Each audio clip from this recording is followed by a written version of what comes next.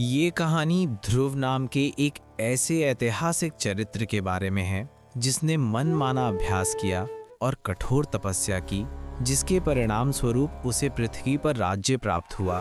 वो राजा बना और फिर भगवान के वरदान के रूप में स्वर्ग में जगह मिली, लेकिन मुक्ति पाने से वंचित रहे।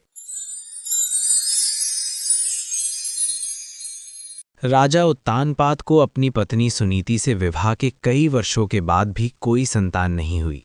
राजा उत्तानपाद और रानी सुनीति के महल में एक दिन नारद जी का आगमन हुआ। जब रानी ने अपनी समस्या नारद जी को बताई, तब उन्होंने उस समस्या का समाधान बताया।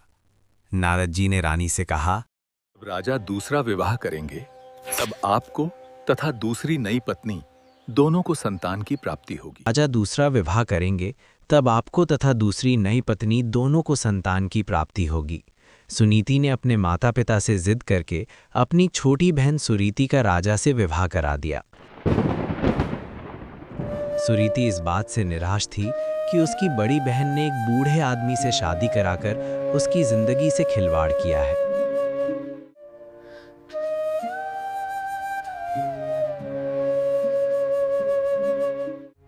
क्या हुआ? हम सीमा पर हैं। मैं इस महल में प्रवेश नहीं करूंगी महाराज। नई पत्नी ने राज्य की सीमा पर पहुंचने पर राजा को ये वादा पूरा करने के लिए मजबूर किया कि मैं आपके महल में तभी जाऊंगी जब आप मेरी बड़ी बहन, जो आपकी पहली पत्नी है, को हमारे राजमहल पहुंचने के तुरंत बाद दूसरे घर में भेज देंगे। इसे प्रतिदिन 1.25 किलो अनाज खाने को देंगे और मेरे गर्भ से उत्पन्न पुत्र को राज्य प्रदान करेंगे। राजा ने मजबूरी में ये वादा मान लिया। कुछ वर्षों के बाद बड़ी रानी सुनीति ने एक पुत्र को जन्म दिया। उसका नाम ध्रुव रखा गया। बाद में छोटी रानी सुरीति ने एक पुत्र को जन्म दिया। उसका नाम उत्तम रखा गया।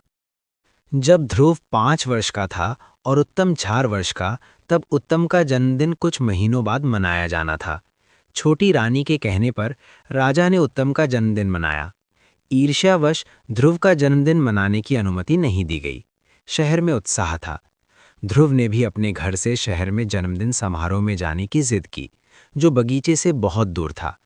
माता सुनीति ने कहा कि बेटा, उस नगर में तुम्हारे लिए कोई स्थान नहीं है। लेकिन ध्रुव बच्चा था, इसलिए वो जिद करके चला गया। राजा सिंहासन पर बैठा था। रानी उसके पास बैठी थी। उत्तम अपनी माँ की गोद में बैठा था। ध्रुव अपने पिता के पास गए और सिंहासन पर उनकी गोद में बैठ गए। सुरीति को पहले से ही ईर्ष्या हो रही थी। वो खड़ी हुई और ध्रुव का हाथ पकड़ लिया और उसे सिंहासन से नीचे फेंक दिया। उसने उसे लात मारी और कहा कि ये जगह दूसरी पत्नी के बेटे के लिए नहीं है, इस पर उत्तम का अधिकार है। ध्रुव रोने लगा और अपने पिता की ओर देखने लगा। उसने सोचा कि पिता उसे बुलाएंगे और फिर अपने साथ बिठाएंगे, पर ऐसा नहीं हुआ। बाकी मंत्री भी आसपास बैठे थे। वहां नाच गाना चल रहा था। इस घटना को हर कोई देख रहा था। ध्रुव रोता हुआ अपनी माँ के पास गया। माँ को पहले से ही पता था कि उसके बेटे के साथ क्या होगा। आते ही उसने अपने बेटे को गले से लगा लिया और बोली, बेटा, इसलिए मैंने तुम्हें वहां जाने से मना किया था। ध्रुव ने अपनी माँ से पूछा, माँ, राजा कौन बनता है? माँ ने कहा, बेटा, भगवान राजा बनाता है। उन्होंने पूछा, भगवान कहाँ हैं? उनकी प्राप्ति कैसे होती है? माता ने सहज भाव से कहा कि जंगल में तपस्या करने से भगवान मिलते हैं। ध्रुव ने कहा, माँ, मैं वन में जाकर तपस्या करके भगवान को प्राप्त करूंगा और राजा बनूंगा। ये कहकर उन्होंने घर त्यागने का निश्चय कर लिया और जंगल जाने के लिए तैयार हो गए। उसी समय रानी ने एक सेवक के माध्यम से राजा को संदेश भेजा कि ध्रुव जंगल जाने की जिद कर रहा है, उसका ख्याल रखना। राजा तुरंत वहां आए और ध्रुव से बोले, बेटा, ऐसा मत करो, मैं तुम्हें राज्य का आधा हिस्सा दूंगा। ध्रुव ने कहा, नहीं, तुम्हें छोटी माँ से डर लगता है, तुम नहीं दे पाओगे। मैं परमेश्वर से राज्य प्राप्त करूंगा। ये कहकर वो घर छोड़कर रोता हुआ चला गया। रास्ते में ध्रुव की मुलाकात नारद जी से हुई। उन्होंने पूछा, तुम कहाँ जा रहे हो? ध्रुव ने कहा, मेरी मौसी ने मुझे ठेस पहुंचाई है और मुझे मेरे पिता से दूर कर दिया और कहा कि तुम्हें इस राज्य का अधिकार नहीं है, उत्तम का अधिकार है। मेरी माँ ने मुझसे कहा कि ईश्वर राज्य प्रदान करता है। ऋषि, मैं तप करके भगवान को प्राप्त करूंगा और राज्य की मांग करूंगा। ऋषि नारद जी ने कहा, पहले गुरु बनाओ, गुरु के बिना धार्मिक आचरण व्यर्थ है। ध्रुव ने कहा, आप मेरे गुरु बने। नारद जी ने स्वीकार कर लिया और ध्रुव को दीक्षा दे दी।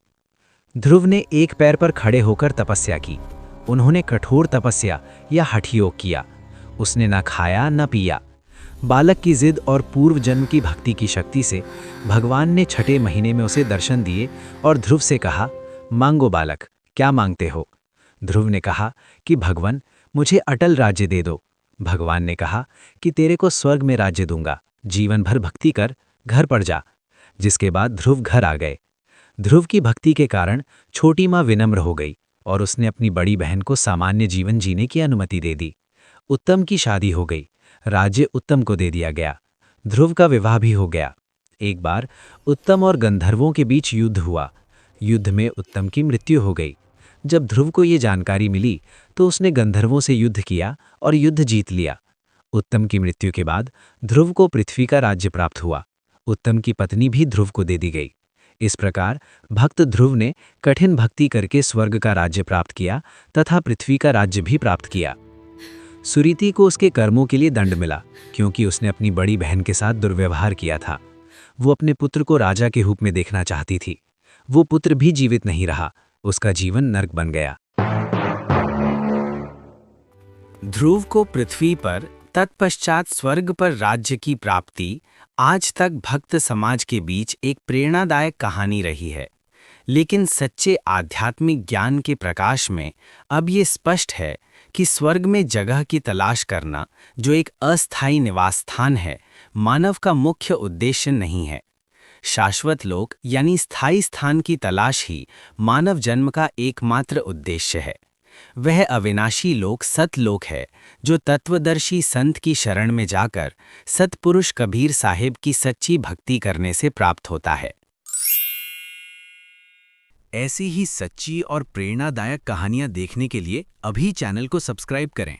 अपने प्रियजनों के साथ वीडियो शेयर करें, वीडियो को लाइक करें, कमेंट में राम राम जी या सत साहिब जरूर लिखें। धन्यवाद।